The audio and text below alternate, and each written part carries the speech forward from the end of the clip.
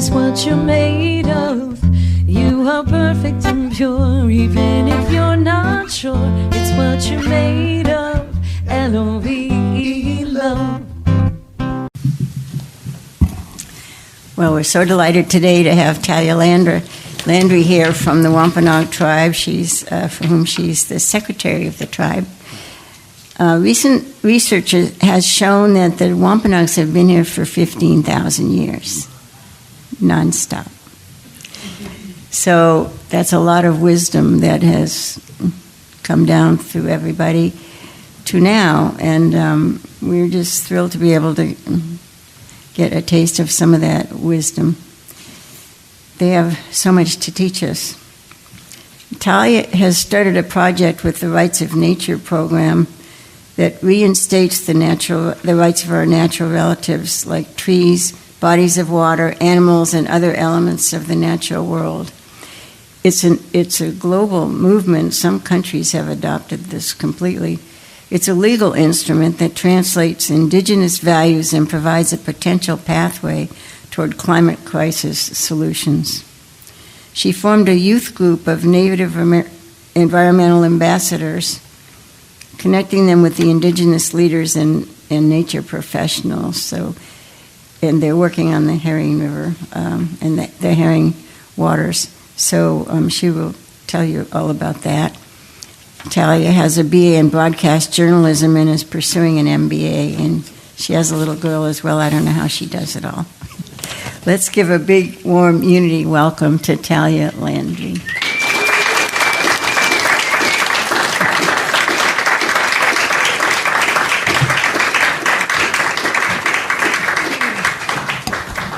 Tapatanamu. Wanikisak, everybody. Nitasuis Talia Landry, Nutomas Masipia, Nutai Masipia. So good day, everybody. Again, I'm Talia Landry. My blood and bones are from Mashpee, and I come from the Mashpee Wampanoag Nation.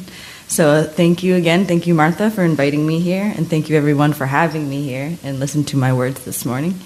Excuse me as I speak in front of my elders, and take anything that I say with a grain of salt. And I just appreciate the opportunity, to be able to explain a little bit about the work that I do and about the kids that I work with as well. Martha kind of put what rights of nature is, that concept, as far as like what we're using it as. It really is turned into a legal instrument to be able to protect Mother Earth. But essentially it does come from the indigenous value system, so it wasn't too hard to, I guess, translate what this movement was to our indigenous communities. As Martha said, it's been developed in over 30 countries within their constitutions and just within their legal framework system. So it's a lot easier for different countries to be able to protect Mother Earth through their legal system. So learning from them and learning across our different indigenous relatives across Turtle Island, we were able to learn different methods of how to do this. So essentially, a big part of what our youth does and what I do is educating of what rights of nature is and what that concept is, because as you guys probably know, it's not a Western value system that it's easily comprehended by somebody that doesn't believe that our natural relatives have rights. But this is just something like what Martha says with as far as reinstating. It's just it's reinstating. Our laws do not go over Mother Nature's laws. And it's a funny concept that people do think that, that our laws would go over Mother Earth's, but they don't. So essentially this is just protecting and reinstating that within that way. But a big part of what we do as well is connecting the youth with those culture keepers and what that means, because as you guys probably know, within colonization, we have lost a lot of our traditional ways. And I don't want to say lost because words are important. They were stolen from us. And so our language was stolen, our songs were stolen, some of our just cultural ceremonies were stolen. So getting back to that and that understanding has been very crucial within this movement. And it's necessary for us to be able to survive and keep on thriving as Native people. As far as I've seen within my young life, I've watched kind of that simmer of hope go lower and lower. as far as us ceasing to exist as Native people. And I truly, I've seen that, and I've witnessed it, and I've had to battle it within my own self as far as having to figure out that balance. And that's something that we take very serious. So within this movement, that's a big part of it, is reintroducing those traditional skills to those youth. And I guess it more gives them a purpose as well. So throughout our lives, we go through the institutional schools that weren't set up for us. It was set against us. So we have a hard time really succeeding through that. So we truly believe that if we can really enhance their self-identity and really, boost them up within who they are, then they'll be able to see that success rate. And we see that through our traditional skills. We see that through our songs. We see that when we're teaching them how to either weave a basket or a mat, or even going out to harvest cattail and get them into the swamps again, or harvest cedar and, build traditional structures, or even be part of our ceremonial funeral services that include that. And a lot of that, like I said, it really showing them who they are and making that connection of what has been missing. So they kind of go through their life and not knowing what's missing, and combating a lot of authoritative or just institutional roles in general, and introducing those little bits and pieces of those programs, or bringing them out into Mother Earth. It's really what makes them whole and makes us whole.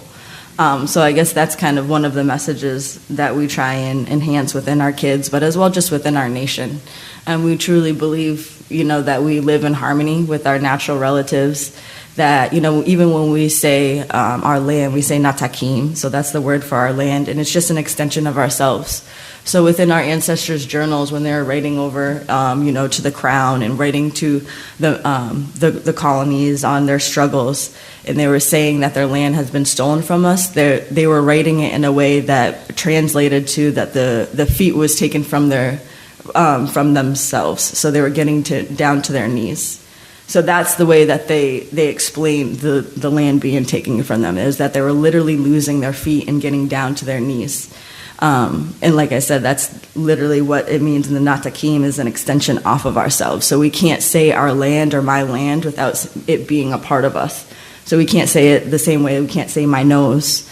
So that's the way that we believe, and we have to live in harmony with. And we learn from our natural relatives. So anytime that we're lost, or, if, people say you go to therapy, what our ancestors or what our elders say is go take a walk in the woods. It's the only sort of, I guess, therapy that we sort of need, because one, you get the oxygen, right? So scientifically, it's definitely something that's going to be healthy, beneficial to you. But also when you're out in the woods, you have much more of clarity to be able to hear and see things and look at nature. We truly believe we learn from nature.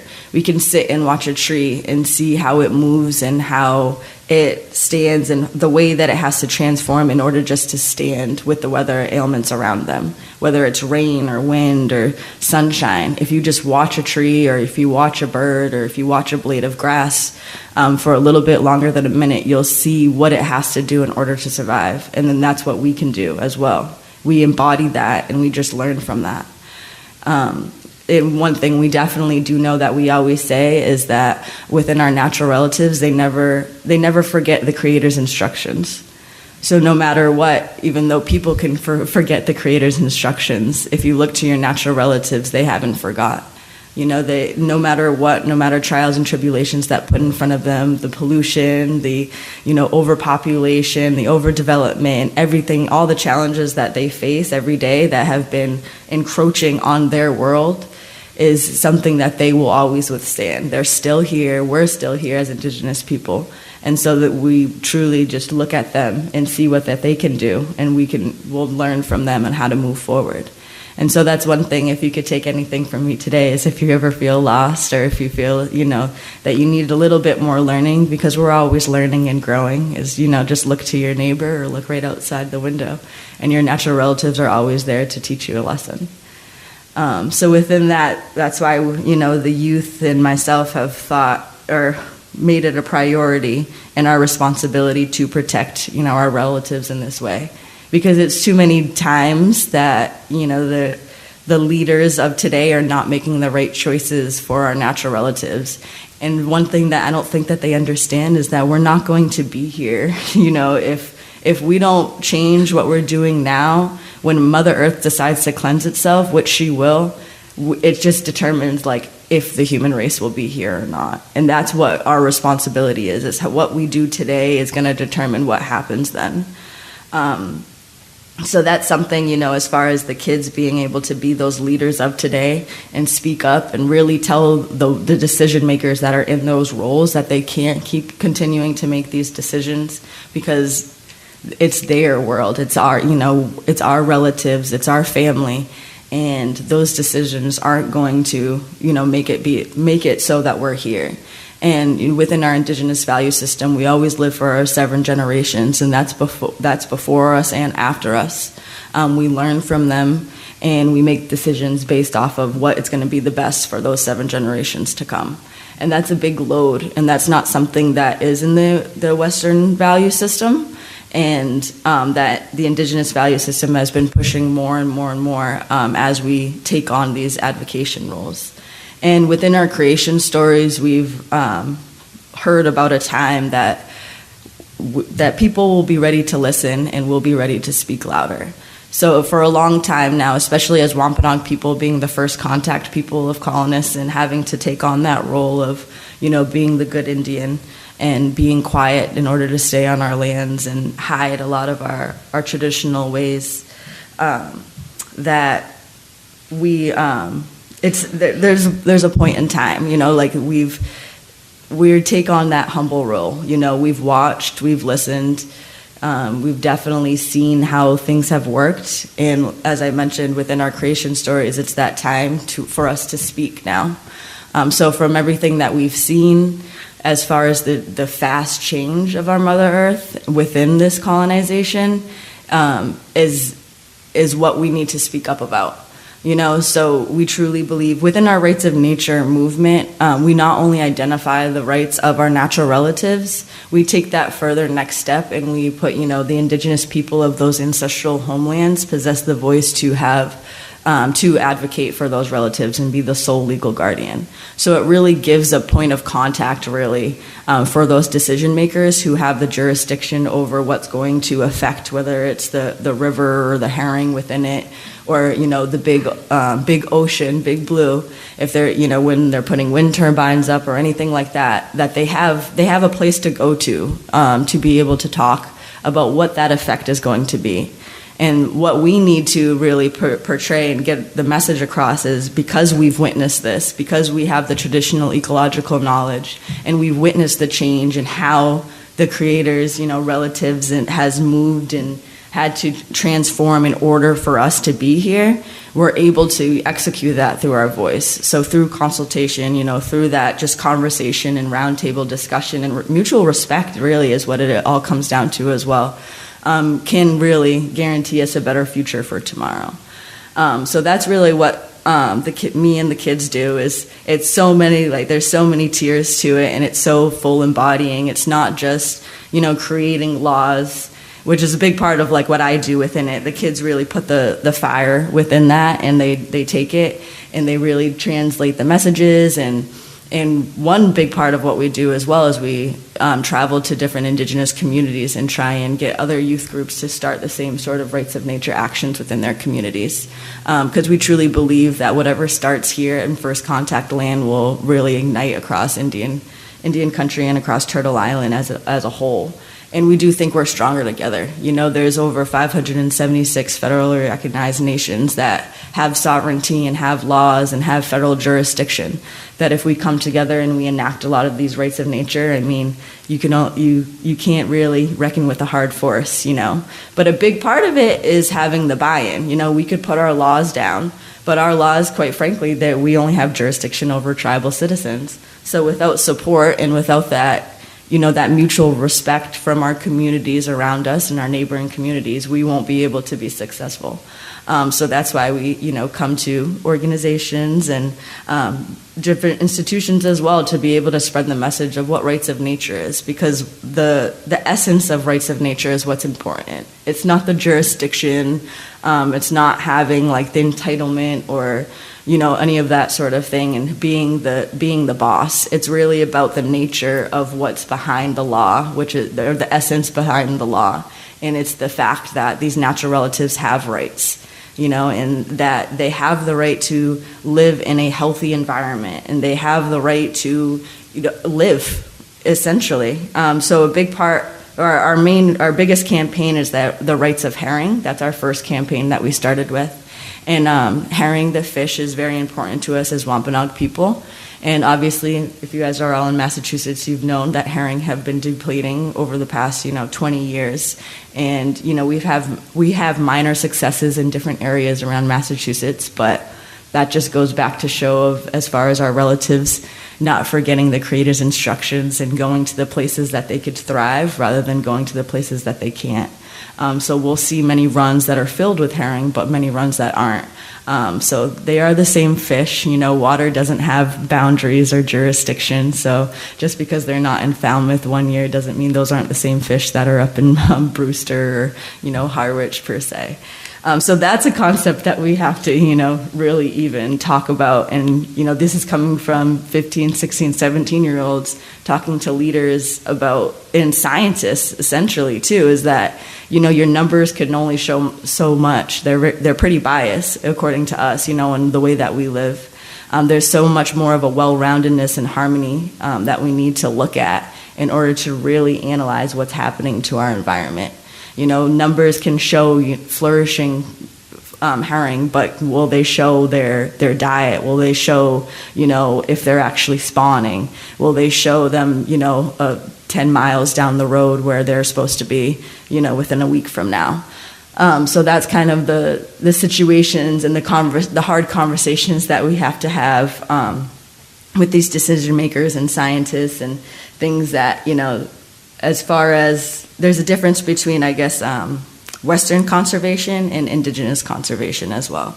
So understanding that and giving us opportunities to be able to share what that means and what that looks like is important to us and is something that the ambassadors take on. So what I say by that is, I can use an example as far as like even we'll say cedar. So you're not allowed to harvest cedar within Massachusetts, but a lot of our cedar swamps are being overgrown now to a point that the young growth aren't able to get to to grow.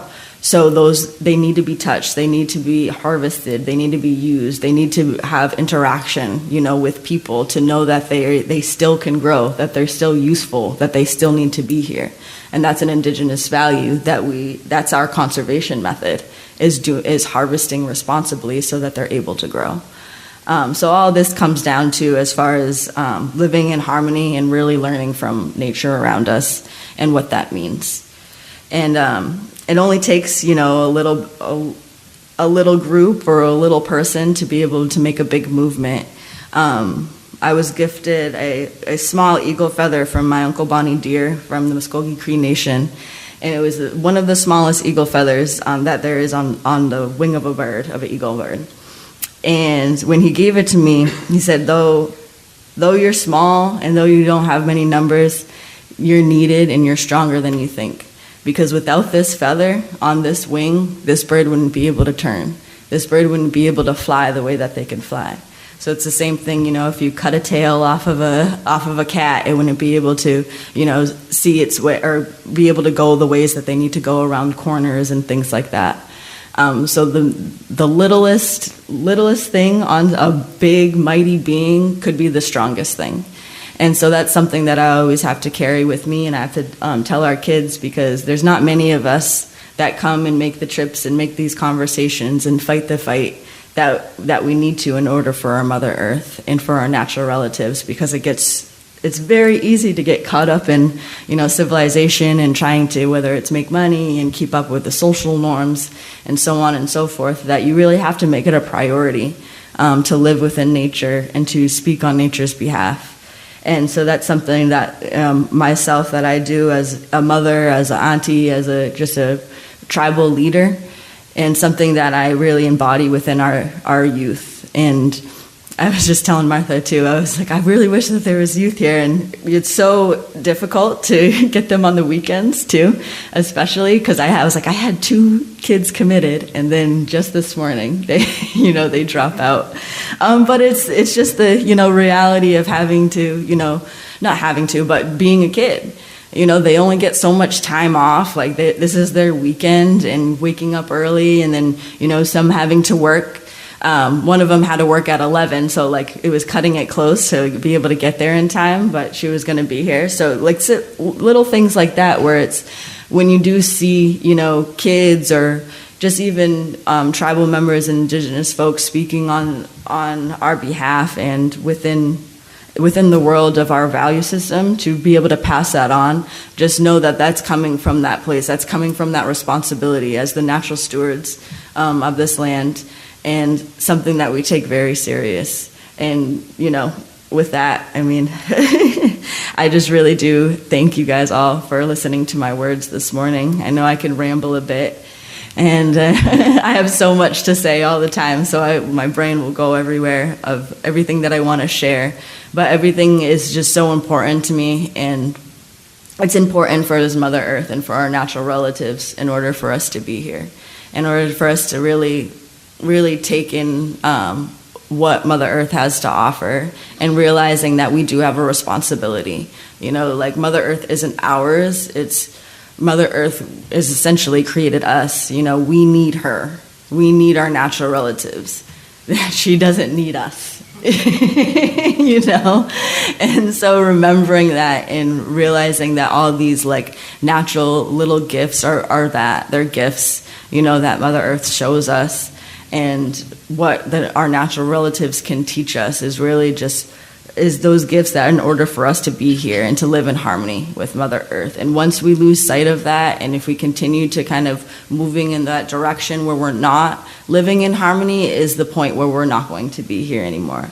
Because you've seen, at least as far as the natural happenings that are happening in America, as far as earthquakes and floods, and it's just signs of Mother Earth and how she needs to cleanse herself. It's like when our body needs to heal itself when we have a cut and it scabs up. The same thing, Mother Earth will do the same thing. Our natural relatives will do the same thing. It's just to that point of when our human's going to get to a point where she doesn't want to deal with us anymore. So we're hoping, through our youth, and I'm very hopeful within our youth that they'll be the leaders of today and really push those decisions in order for us to continue to be here with Mother Earth. And I will tell you, working with kids, indigenous kids alike, but in general, like they do care about this. Kids are scared right now of what they see, of what's going around, of America and everything that's happening. They are scared. And it's a very proud moment, though, to be, Indigenous woman and leader, and especially working with our youth, because being Indigenous youth, you're quiet a lot of your life as far as what's okay to say, what's okay to show. And because now it's that time for us to speak, and people do want to listen, and they, are actually learning rather than making fun.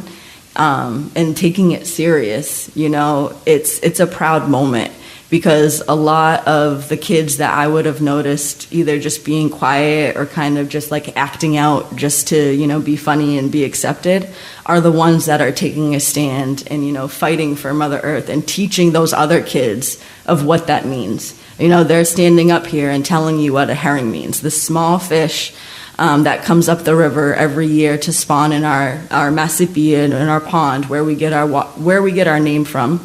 It's a very spiritual place for us. It's the convergence of 2 waters, and it's where our herring come up to spawn.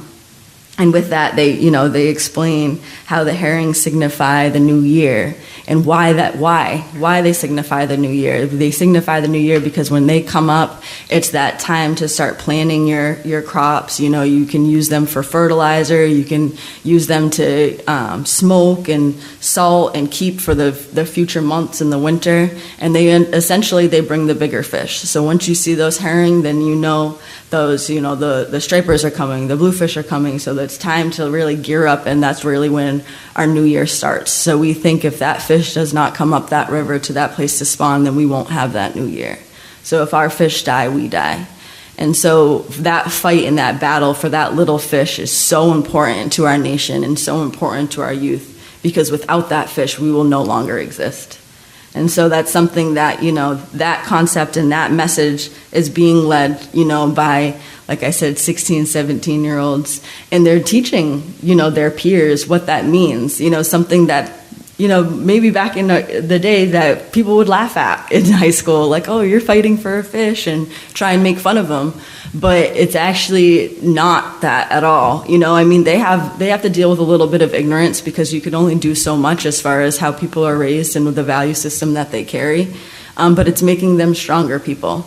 It's really showing them, what the real world is, but also their place in it, and that their voice is needed, and that even when they tremble, that they continue to keep speaking, because no one else is going to speak, and that's their responsibility to speak, because the Creator gave them the voice, and then they're our relatives. And when we're the only ones there kind of yelling out and seeing these fish die and seeing them not come up the river, that fire is just getting even stronger and stronger in them.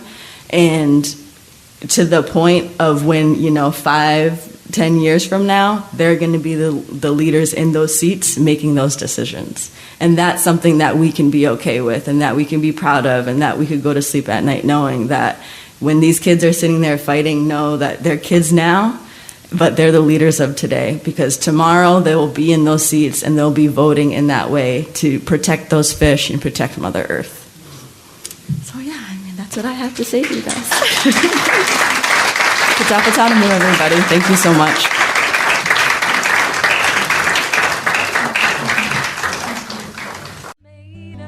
You have been watching the message from our Sunday celebration service here at Unity on Cape Cod, providing a positive path for spiritual living. Please join us every Sunday morning at 10 a.m. at 147 Walton Ave, Hyannis, Mass. And visit us online at unityoncapecod.org. This video was made possible in part through a grant from Unity Worldwide Ministries and the Templeton Foundation.